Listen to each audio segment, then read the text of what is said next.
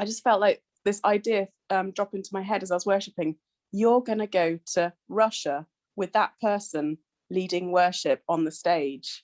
And I'm like, that's not my idea. That must be God. And so the next day, I just happened to bump into the husband of the lady leading worship on the stage. And I said, this might sound really weird, but I feel like God's told me I go to Russia with you guys. And this was like early September. And he said, oh yeah, we're going in November. Do you want to come? Don't go to the basement.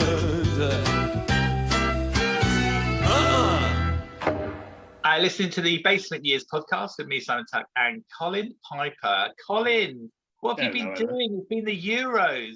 Have you been excited? Because I'm up here in Scotland, those of you who don't know. And I'm so funny. I support England rugby passionately, but with football, I'm Scotland. And so come Friday, I have my kilt. I'm ready to go. I'm joining the boys, the Bay City Rollers, and we are rocking all over the Highlands, and then getting thoroughly depressed and losing ourselves in wee dram with a bit of Robbie Burns in the background. Yes, that may be the case. I think so. When this goes out, the game would have already played. So that's true. So did you think you won on Friday? I mean, what did you think? I am confident we played. Yeah. Oh man alive. We've got a very special guest with us today. Now we've had the likes of Tim Dobson.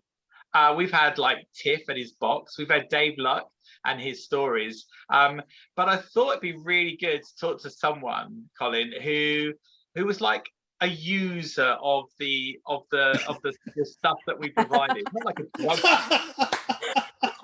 And on that bombshell, now I tell you what, let's pause now and let's see what people guess. Who is a user of the stuff we provided? Who does that best describe? Ladies and gentlemen, I give you Ms. Debbie Wright, who's the most unlikely person to be using any of the stuff we ever provided, ever. Always far too sensible, but there you go. Always sensible, Deborah, right? Yeah. Well, always. You mean there were occasions we saw a different side of you? Probably you not, but if you look back now and you look on kind of what happened over the last number of years, what would it be that you will remember about those basement years? Those basement years. So there's various basement years. You mean the years in the basement of St. Edith's Church in Sea Mills? Oh, the crypt. They were like, that was my springboard, you could say, my startup. There was that, but there was also St. Redcliffe School and those basement years, if you mean those ones. What I remember is that big Edam cheese that used to hit us on the head with. And the real reason she has medical issues today, because that cheese wasn't light, was it? We had this crazy idea, and because we just set up the bus project, and it went to Sea Mills as well. We used one of the bus seats and created it into a cheese. Now those bus seats they're not light.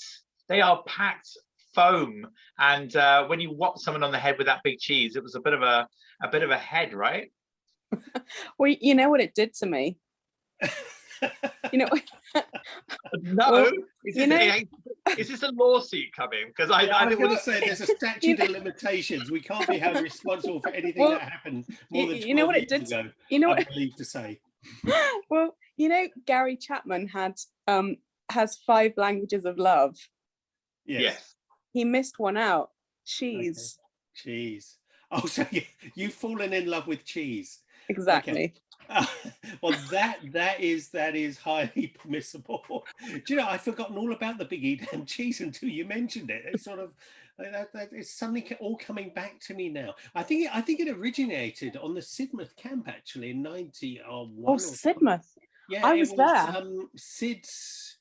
Sidmouth, no guts, no glory. No guts, no glory. That was my very first camp. Is that was my camp. Yeah. Oh, Debbie. Oh, that's really special. That's What really... would be what would be a memory of that then? Can you does your brain go back that far? Do you remember Sid the Mouse at the actual late night Fringe? Yeah, very vaguely remember that, but I do remember, this is me being really honest, I do actually remember getting out of some of the meetings and hanging out in the stairwell. No, Debbie Wright. Do you know how you did that? I can tell you now how you did that, because we all looked at you and thought you were so sweet and innocent and you would never ever escape. So if we saw you in a stairwell, we were convinced you were there for a good reason. That is shocking. I am shocked, disappointed, outraged. Yeah. Is this like hanging out with Naomi and people then, or was it others?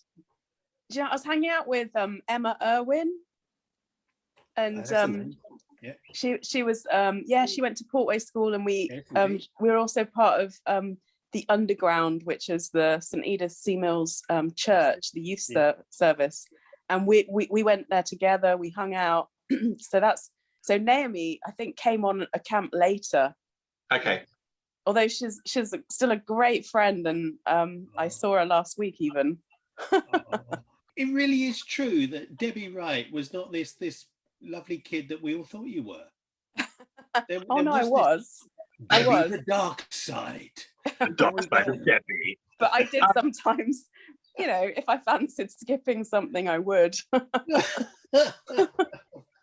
How do you think the work in the basement years, certainly with the school, did that help you with your faith? Yeah, it showed me that Christians could be fun and not dull and boring. But also it was like a springboard actually for my faith, because the fact that the youth service got started up, and Liz Wood and that, and Jesus revealed himself to me at that youth service, and then getting to connect in with other young Christians, other young people. I can remember going to something called Light Bulb, run by Joe Penn and Fergus, and I can't remember, Fergus Thomas, and we'd stay up all night like praying, and it was so powerful because like God's presence was there, so you connected in with people, you had so much fun.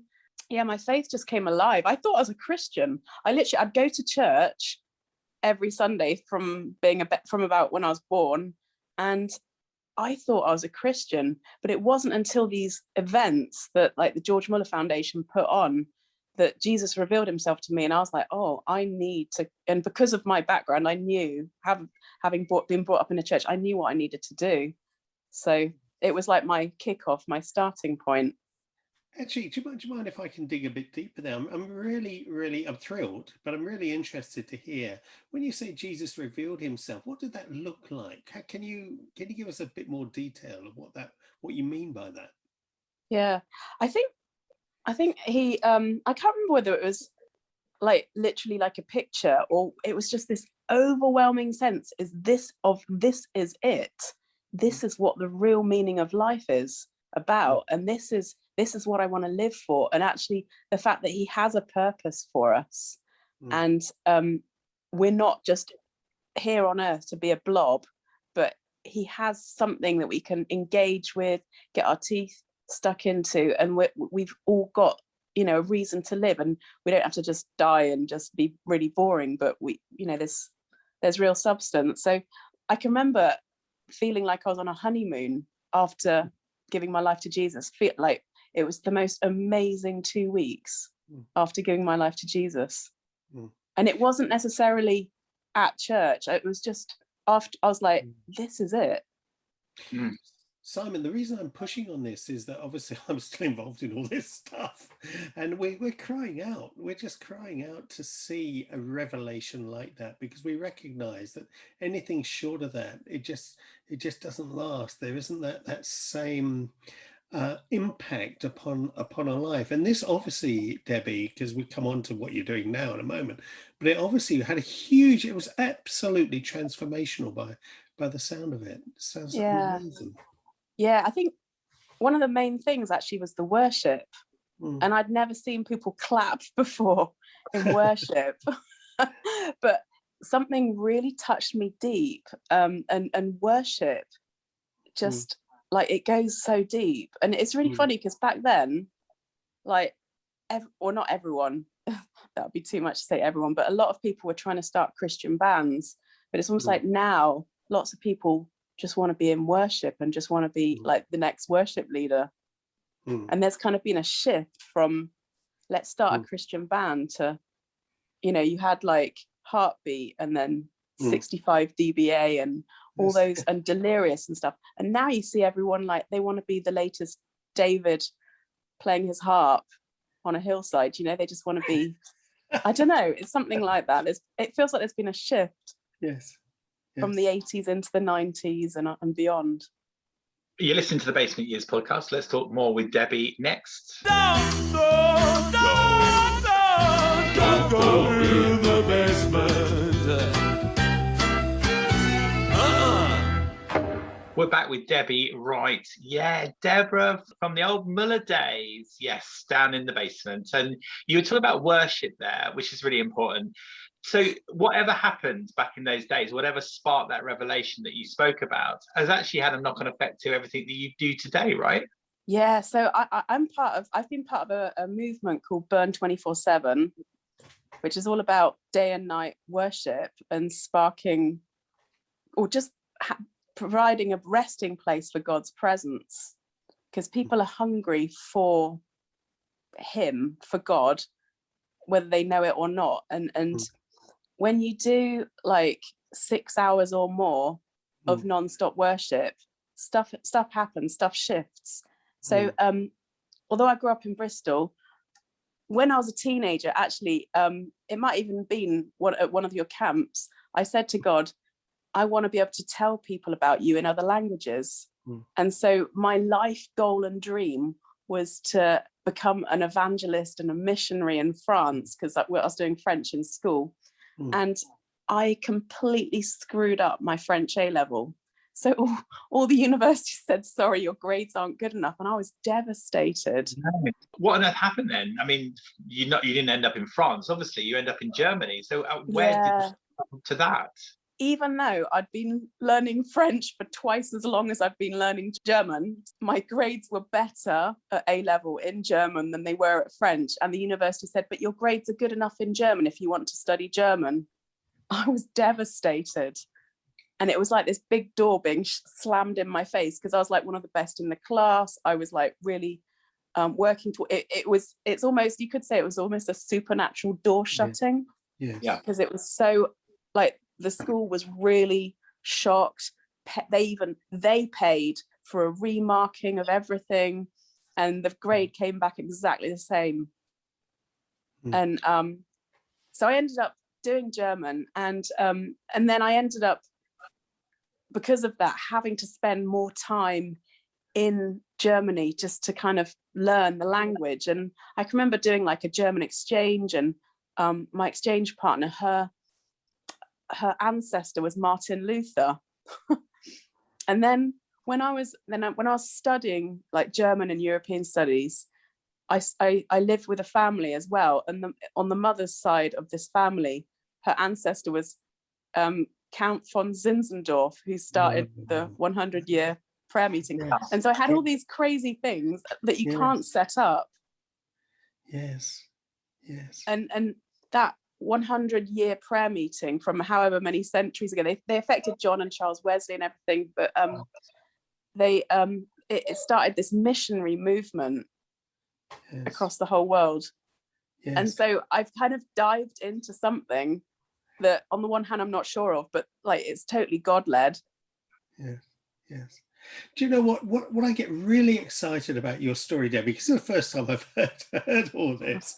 And I love it, because you talked about your life having a purpose, and you've submitted your life to Christ. Christ is therefore Lord of your life, leading your life. But then when he does that, he leads it pretty dramatically, shutting doors, opening doors. It's a crazy ride. And as we go, not only is God directing us, he's molding us. I mean, the humiliation of of not getting the grades you wanted, even the school turning around and saying, no, that can't be right, and yet it was. But then you suddenly find yourself on this trajectory which you could never have dreamt possible, and the excitement of that, and it's the shaping, and yet that absolute wonderful assurance that he's the Lord of your life behind all that. It's just a Yeah. wonderful, powerful story, Debbie. It really is. Debbie, why didn't you, what drove you not to give up on languages then? Because surely at that point, when your A-levels didn't come out the way they were, and they're offering you German over French, why on earth didn't you just like walk away? Was there a faith element to that at that point? Yeah, it was interesting because at the time, God actually called me. And this is another thing. I felt so called to do a year out before going to university. And that was really helpful as well, because I did the Woodlands Church year team, and I literally felt called to do that. It was funny because all my friends were going off to university to study, and I had this really strong sense of calling. I need to do this. And that was life-changing as well. So it also enabled me to go and like spend like a month in Germany just to brush up so that I wouldn't, literally for my A-level German, I wasn't that amazing at it, but the tiny amount of subjects, like all the different modules that I learned, exactly what I learned came up. Wow. And so if they'd picked a different subject, like talk about some, euthanasia or something in German, I wouldn't have been anywhere. But because it was this one subject that I'd really learned. If I had to write basically a paper on the environment, like that was the topic, and I hadn't learned any of the others. So.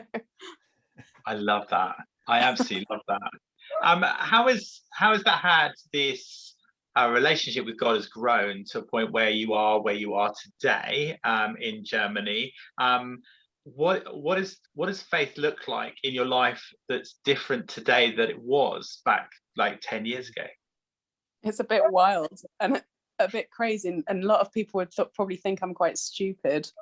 On the one hand, I think so back then, you're making journeys and you're not sure, will God come through? Is his heart as big as we read about in the Bible? Is he really is he really who he says he is? And you have these ideas and you get inspired, and you walk towards, where is the hope? Okay, if there's hope on this path, I'm going to take this path because that's where the joy is as well. So I don't know, how does it look now?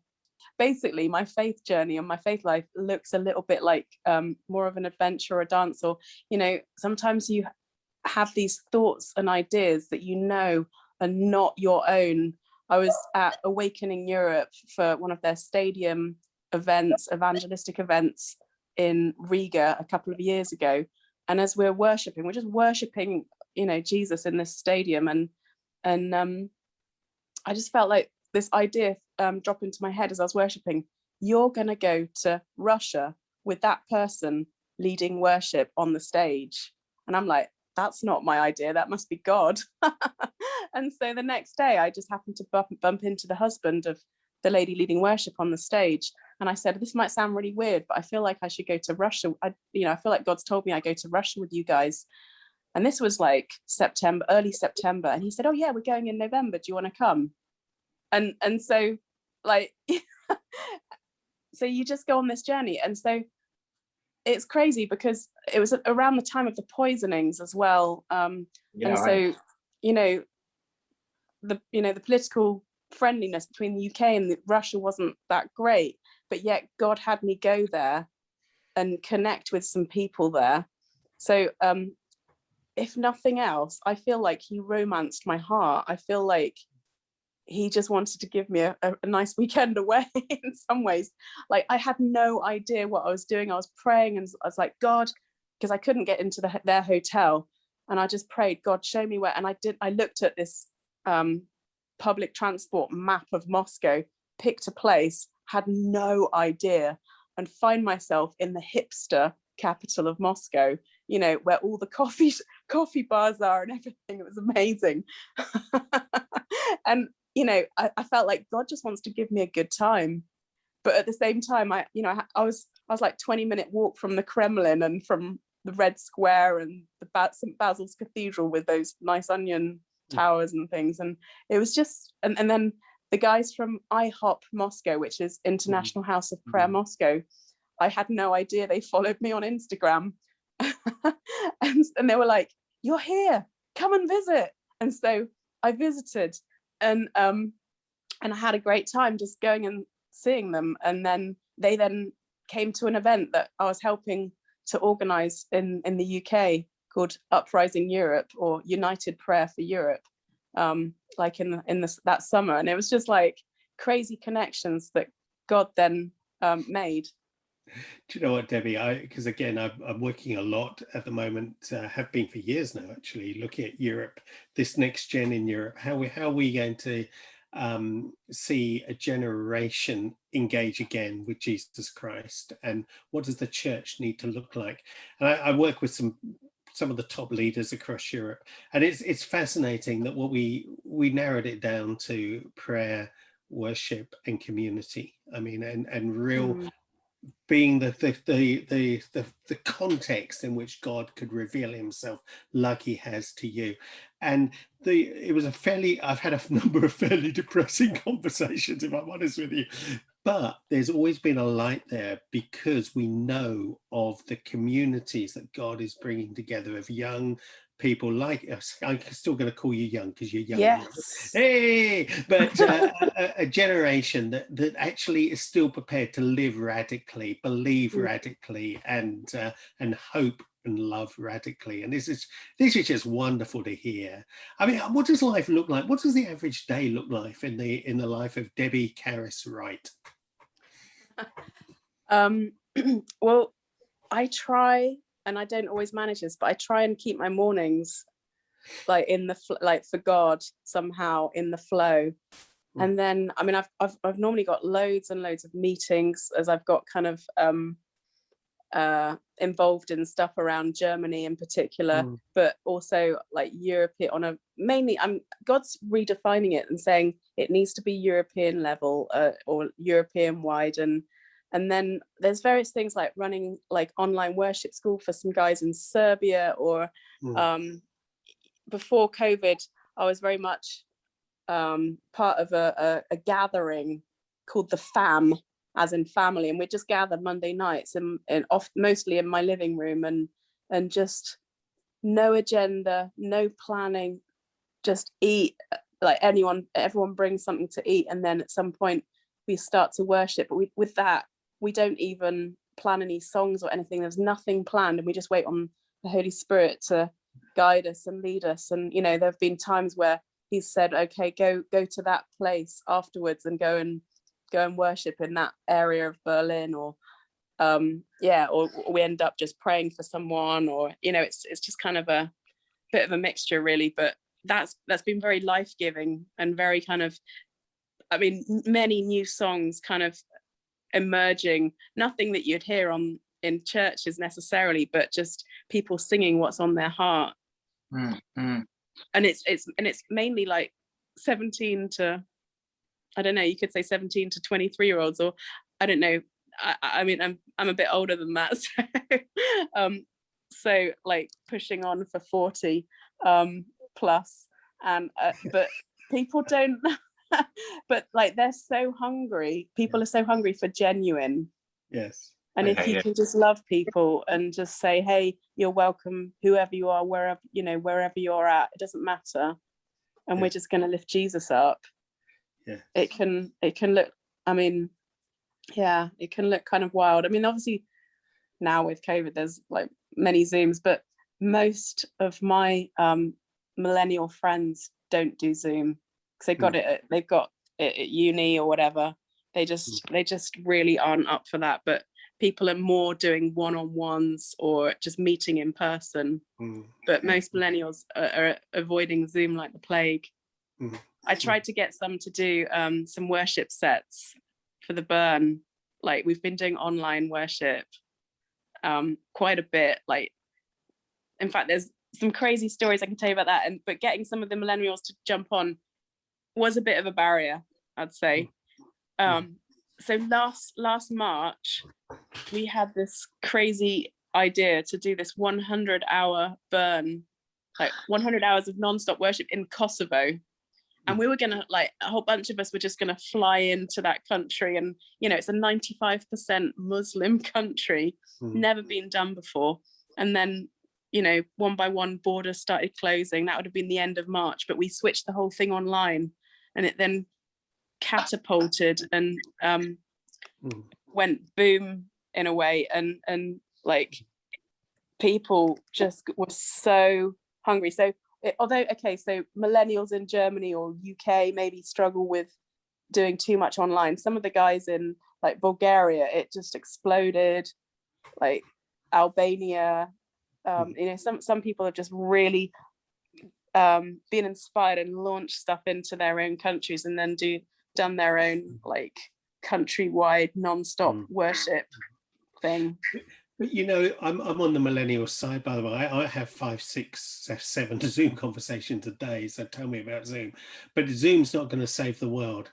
But I think community, what you're talking about, and worship and prayer, that is where we will see God move powerfully. And I think everyone thinks this is the digital generation and stuff, but actually, my impression is utterly the reverse, to be honest with you. They want to because it was interesting about the whole thing about you saying about that one-to-one thing, and that community coming together in the living room, and that generic what you said there as well was genuineness. And I think those are things that I think we definitely we could be learning from, certainly from yourself, Deborah, and others below as well, just to hear what God is up to as well. If there was a prayer for us as a nation, what would it be? What comes to mind is, who was it that said, bend us? There was some reformer who was like, God, bend me. Yes, I know. And I'll I'm trying to think who it was, whether it was a prayer reformer, but God, bend our hearts towards yours.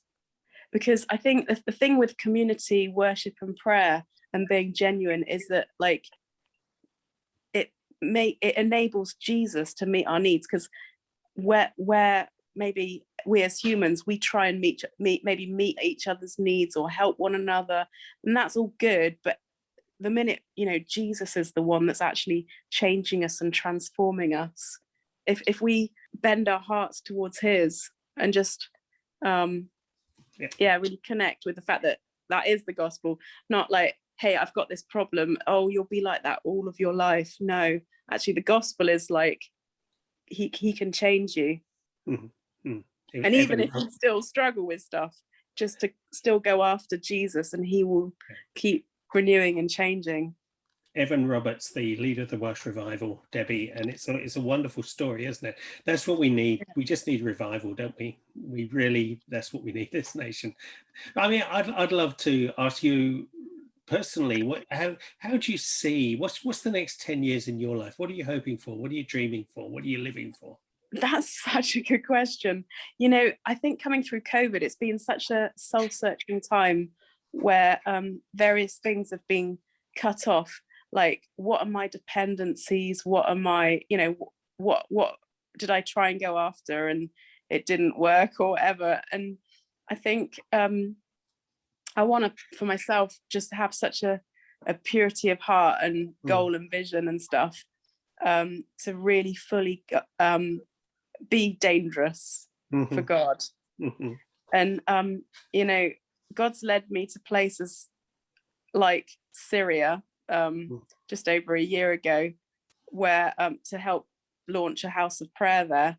But to be prepared to go into sort of slightly unusual places and see, I want to see communities planted in a healthy and sustainable way, and not in a Debs has to rush everywhere all around. I mean, I do jump around Europe, but in a way that's really, really healthy and not like too much I could burn out, or you know, I feel like if someone accuses me now of being idle, I'm doing the right thing. Sure. Because if I'm more of a Mary than a Martha, then that's a good thing. That's a really generic answer. Obviously, I've got goals, I've got dreams, there's things, you know, I haven't got married yet, for example, and that would be lovely if that happens. And yeah, just to see other people launched in, you know, almost like multiply myself, see other people launched into this kind of thing, and just, you know, seeing people live their dreams.